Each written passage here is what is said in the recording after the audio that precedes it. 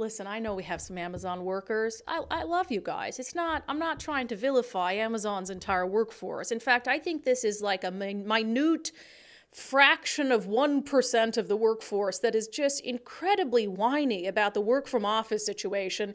And then you have the Seattle Times that, and again, I think this is politically motivated. The Seattle Times and probably labor wants to be like, let's vilify Amazon because that's the popular thing to do. And so over and over, the Seattle Times publishes these stories just, feeling so bad for these poor, overpaid, maybe not overpaid, well-paid, well-compensated Amazon workers. So here's the article, latest article. Again, they publish this, I feel like every month. From the Seattle Times, Amazon relies on, quote, serendipity for office returns. Employees want data. And in it, it talks about a man named Adam Slipsky. He's the head of Amazon's cloud computing business, and some comments he made to employees in a meeting about, the pushback over, hey, we don't want to return to the office. We want to be able to do remote work. Nicole, bless her heart, went through this entire article to pull out all the whiny things that these Amazon workers had to say. So it says in the Seattle Times article, serendipity seemed to be the crux of Slipsky's argument for a return to office mandate. He said, quote, actual data, it's very hard to come by, especially any data that I think would withstand scrutiny. So his argument on serendipity is, hey, if you're in the office, who knows what kind of collaboration and what that could lead to, et cetera. It goes on to say, for some Amazon employees, serendipity isn't enough. Workers who have asked the company to share data have been provided anecdotes, and a consistent trope that innovation is more likely to happen in person. It goes on to say, that has left some workers feeling demoralized, distracted, and undervalued as they struggle to stay focused and motivated, according to interviews and internal communication shared with the Times. First of all, I'm going to keep going here, but distracted and undervalued and demoralized because you have to be in the office, something that I imagine you signed up for when you initially took the job, unless you started at Amazon during the pandemic and have always done remote work. Again, it is a job. Like, this isn't a forced or some sort of volunteerism. Like, you can leave if you don't like it. Goes on to say, an Amazon manager who is based on the East Coast and asked to speak anonymously to protect their job said, quote, it is dehumanizing. Oh, a well-paid job at a tech company is dehumanizing, and feels as if leadership doesn't trust its employees to understand their reasoning. I would like one of these Amazon workers to go work at a sweatshop in Central America or in India and then talk about dehumanizing. In Slack messages, employees anonymously posted that Amazon's decisions were, I didn't read that, dystopian, and creating, quote, just a horrible situation. Goes on to say that employee said it can be hard to focus on work with so much uncertainty. Many coworkers turned to Slack to make sense of what Amazon shared. Quote, you can spend your whole day watching the Slack channel and see things change hour by hour.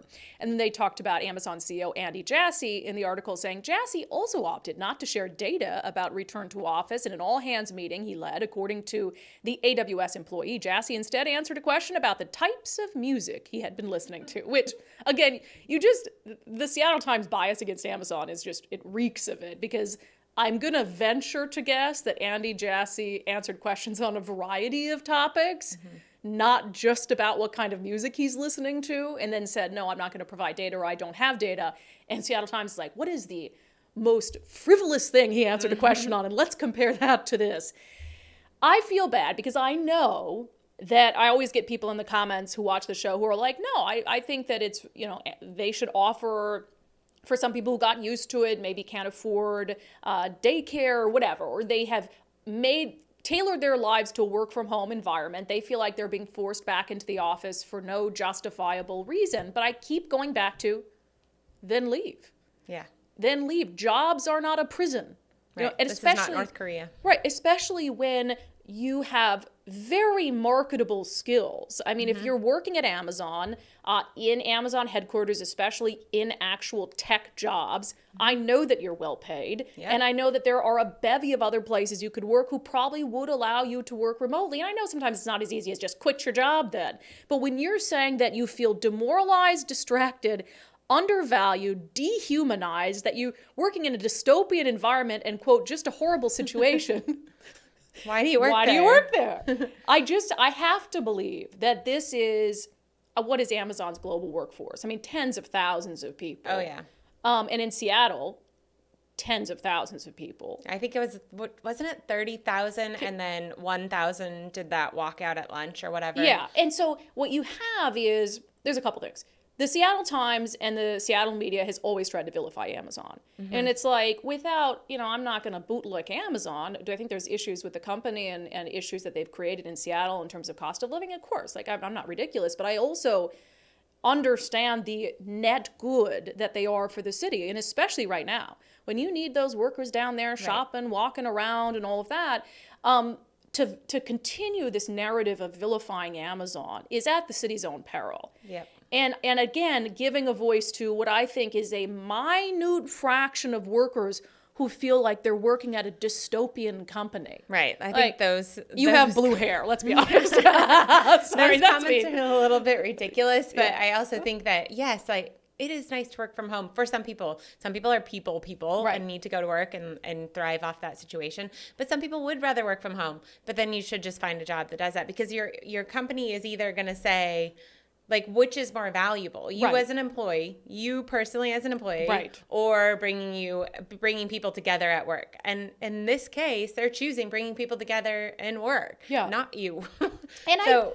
I will be clear. I'm not going to say that Amazon's motivations for back to the office are wholly benevolent, right? I think that we know a lot of tech sectors are having to lay off employees, and I think that was part of it, which is like, hey, instead of forced layoffs, let's see who opts not to come back because we make them come to the office. I absolutely think that's part of it. But but at the end of the day, who cares? It's not my job to question what they're doing with their business or whatever. Like, if that's the decision they make, regardless of the motivation, then those are the decisions that you as an employee have the free will to decide, is that a company I want to work for? A company that, as you said, would say they don't value me individually as an employee enough to make an exception, so I'm going to go somewhere where they do. But I think a lot of this is contrived. I think it's critical to note that. I think a lot of this is contrived, and the media eats it up because it's fun to vilify Amazon. You just wait. I don't think people realize, we talked about this with Nordstrom the other day, that you just wait. How much is Nordstrom willing to deal with downtown and in these areas before they pull up stakes like they did in San Francisco? And you will not believe the detriment that would have to downtown Seattle if Nordstrom leaves. And the same, Amazon, they've already pulled jobs over to Bellevue. And Starbucks, the Starbucks that closed up. And nobody's talking about that too.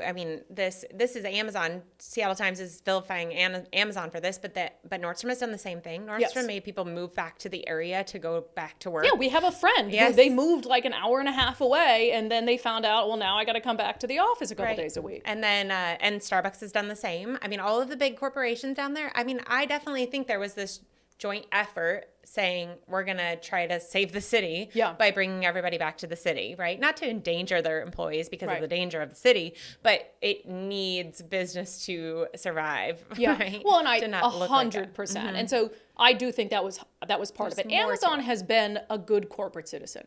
Anyone who wants to vilify Amazon and doesn't look at like their charitable contributions, what they're doing in Bellevue to help with their like 30-year plan, I think there are bad corporations. Amazon isn't one of them. Again, are they perfect? No, you can't have that many employees and not have issues. And I'm not saying it's not okay for employees to advocate for better treatment or better hours or better working conditions. But this is unhinged. It is. It's unhinged. And again, you go spend 1 week like working at a company in Central America or in India or something. It's like when people call this a police state, right? Which my dad always used to call things a police state because he didn't particularly like the police or government in any way or whatever. And I'm like, you go to Mexico and you tell me about America's police state. Like last time I was in Mexico, I'm really getting off the rails now, but last time I was in Mexico City, my friend Johnny and I were walking, we've got an open beer because we'd seen people with beer everywhere. And of course, we're the white people with beers. The cops are like, we've got to take you to the embassy. And I'm like, all right, how much money do you want? And I just gave him money and then we carried on our way. But again, I think that this is just, it reeks of people who've never dealt with a real, genuine challenge in their life and who have never been told you're wrong, have never been they've never had any sort of pushback or, it's just, it's very Seattle. It's very entitled. It's very Seattle. Yes. But again, anyway, so interesting. I almost think, though, worse than the employees who are calling it dystopian to have to work from the office in a high-paying job is the Seattle Times continuing to give it as much energy as they are. Right, because and this article is mostly it's focused on the fact that Amazon won't show them data, Yeah. right? But I don't think those are all things that you can quantify, right? Because of the bringing back to the city, what that does for the city, all of these things. So it's not just that you're more productive as an employee if you're here. Right. That's not what they're saying. I don't think that's ever what they said. But. Yeah, Matt Gilbert said, as a tech worker, I don't believe Amazon needs to provide data, but in tech, a lot of decisions are made based on data, and there seems to be a disconnect. And I don't disagree with that. But again, what kind of data? I'm struggling to understand how you quantify the benefits of people working together in that environment. How do you quantify the benefits of collaboration? I'm sure there are some metrics like, increased productivity or whatever it is. But anyway, I don't mean to always sound like a shill for Amazon, but I just think they're so unfairly vilified considering everything that they bring to the community and the small businesses that they keep operational with their workforce. And this week actually is when the new one in Arlington, that new Monstropolis, whatever you call it. Monstrosity Monstrosity. Okay. But it opened this week. They started on Monday. Packaging center? I think it's a little bit of everything, but thousands. So of jobs. Jobs is contributing to the area for sure. Jobs that you can either apply for or not. Or not. It is your choice.